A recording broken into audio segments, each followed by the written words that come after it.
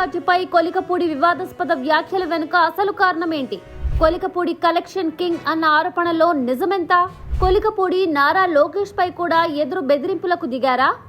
కొలికపూడి త్వరలో జగన్ పార్టీలో చేరబోతున్నారా?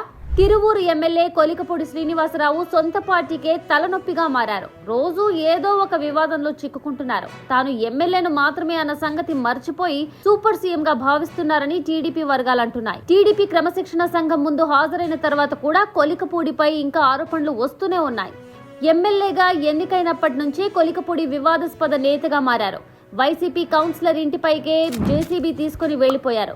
1-2 ఆరోపణలు వచ్చిన తర్వాత చంద్రబాబు పిలిచి జాగ్రత్తలు చెప్పినా నేరుగా క్షేత్రస్థాయిలోకి దిగొద్దని సున్నితంగా మందలించిన కొలికపూడి తీరు మారలేదు. ప్రైవేటు భూ వివాదాల్లో సైతం తలదూర్చి పార్టీకి ఇబ్బందిగా మారారు. కొలికపూడి బెదిరింపులకు భయపడి ఒక మహిళ ఆత్మహత్యాయత్నం చేసింది.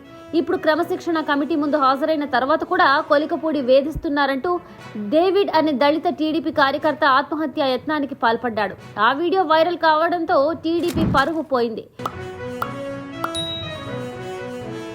కొలికపూడి కలెక్షన్ కింగ్ గా మారారన్న ఆరోపణలు కూడా వస్తున్నాయి. డబ్బులు ఇవ్వకపోతే పోలీసులను పంపి బెదిరిస్తున్నారని కూడా చెప్తున్నారు. క్రమశిక్షణ సంఘం ఆయనపై వచ్చిన ఆరోపణలు ప్రస్తావిస్తే ఎవరు తక్కువ, లోకేష్ ఏమన్నా తక్కువ అని ఎదురు బెదిరింపులకు దిగినట్లుగా తెలుస్తోంది.